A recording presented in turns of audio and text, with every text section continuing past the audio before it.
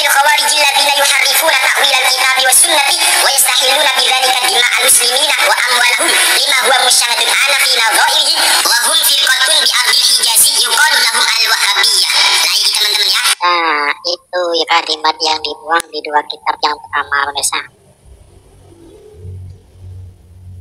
Jadi ada yang mengatakan bahwasanya ayat ini diturunkan untuk kaum khawarij yang sedang mentahrif atau yang melakukan distorsi terhadap takwilnya Alkitab dan Sunnah. Mereka juga menghalalkan darahnya kaum muslimin sekaligus hartanya. Lah mereka sekarang bisa disaksikan bandingan mereka itu sama sekarang wahum firqatun bi ardil hijazi, yaitu mereka adalah sekelompok orang yang ada di tanah Hijaz atau tanah Arab, yuqalu lahum al-wahhabiyah. Mereka disebut dengan kaum Wahabi.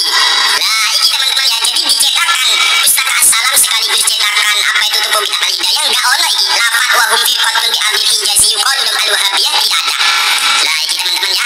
Jadi dicetakan yang ini ada Darul Kutub Ilmiah DKI Beirut Libanon ternyata terdapat wahum firqatun bi ardil hijazi yuqalu lahum al-wahhabiyah. Ternyata lafaz itu dibuang. Nah, ini. Jadi kok dibuang ya teman-teman kan? Emang ya lek dibuang.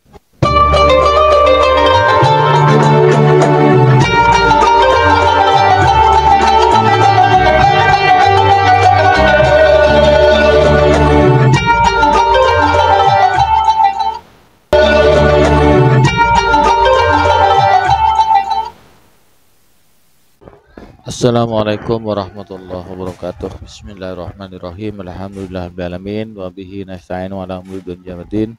Wassalatu wassalamu ala asyrafil anbiya wal mursalin sayyidina Muhammadin wa ala alihi wa sahbihi ajma'in. Amma ba'du. Bapak Ibu pemirsa sahabat Cahayati yang dirahmati oleh Allah, di kesempatan kali ini kita jumpa lagi di channel YouTube kami Cahayati 80. Mudah-mudahan senantiasa mendapatkan lindungan dan rahmat dari Allah, dimudahkan segala urusannya, dilancarkan rezekinya dan dikabulkan hajinya. Amin ya rabbal alamin. Tak lupa kami ucapkan terima kasih kepada Bapak Ibu beserta sahabat yang telah mendukung dan mensubscribe channel kami. Jazakumullah khairan jasa. Langsung San, ada berapa kitab yang dipalsuin San? Dalam penelitian saya sedikitnya ada 60. Ini yang kita rujuk langsung kepada kitab-kitabnya karena mereka kan dananya besar ya. Beberapa kitab yang mereka cetak itu di-upload di website mereka dan gratis, sehingga kita bisa mendownload ulang dan melihat gitu. Maksudnya kita bandingkan antara PDF beliau dengan kitab penerbitan yang lain. Jadi Ustaz benar-benar satu-satu ditelusuri. Satu kita telusuri. Oh, ini kok beda. Nah, itu terbukti. Contoh sebagai bukti yang tidak bisa dibantah adalah ada beberapa kitab yang tidak dimiliki oleh ulama beliau gitu, tapi dinisbatkan kepada beliau. Kitab yang tidak dimiliki oleh semasa hidupnya. Oh, semasa hidupnya nggak pernah nulis kitab itu gitu. Tapi ada kitab satu dinisbatkan kepada beliau. Nah, itu dia. Jadi dalam biografi misalkan Syekh Islam Ibnu Taimiyah, dalam biografinya, dalam sirahnya, sejarah hidupnya, itu nggak pernah menulis namanya kitab Al-Asma wa Sifat tentang akidah ya. Akidah Tansim tentu. Itu tahu-tahu ujuk-ujuk ceritanya ada kitab Al-Asma wa Sifat di Syekh Islam Ibnu Taimiyah. Ini berarti kan bukan pemalsuan lagi tuh. Apa namanya? Hoax, bikin hoax.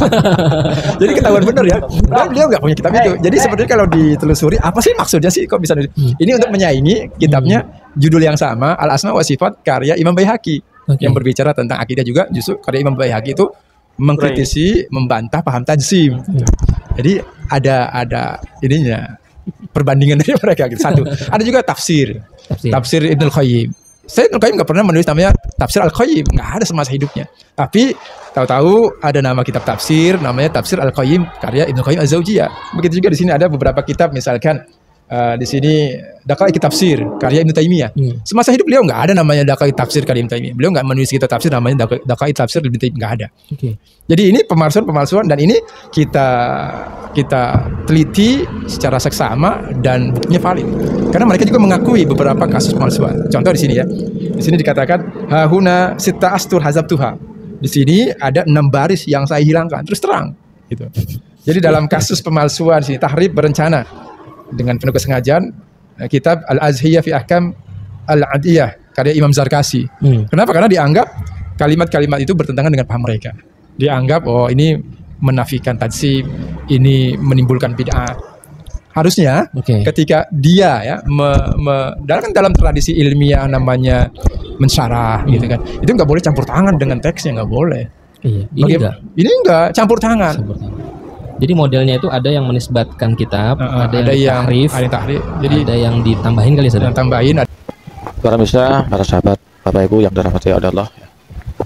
Di kelompok Wahabi, mereka yang merasa kelompoknya mengakui kelompoknya atau mengklaim kelompoknya yang paling benar, yang lain salah, bahkan saking optimisnya yang lain masuk neraka, cuman Salafi Wahabi inilah yang masuk surga, yang lain kebagian neraka ya. Jadi surga itu oleh mereka dikapling hanya kelompoknya sendiri yang kebagian surga, yang lain kebagian neraka. Oh hebat, bola kejadian membana bola ya. Terus ini ada penemuan ya, yaitu sebuah kitab, yang nama kitab ini ada kalimat-kalimat yang dibuang, ada kalimat-kalimat yang sudah dirubah-rubah. Jadi kalau memang ajaran Wahabi ini benar sesuai sunnah, kenapa ngapain ada kitab-kitabnya ulama yang harus dirubah-rubah, didistorsi? Ini kan dirubah-rubah agar ya ajarannya itu agar umat Islam itu menganggap ajaran Salafi Wahabi ini benar sesuai dengan kitabnya ulama salaf soleh, sesuai dengan ajaran Kanjeng Nabi. Tapi ternyata ini kan di otak-atik kitabnya ulama salaf, di otak-atik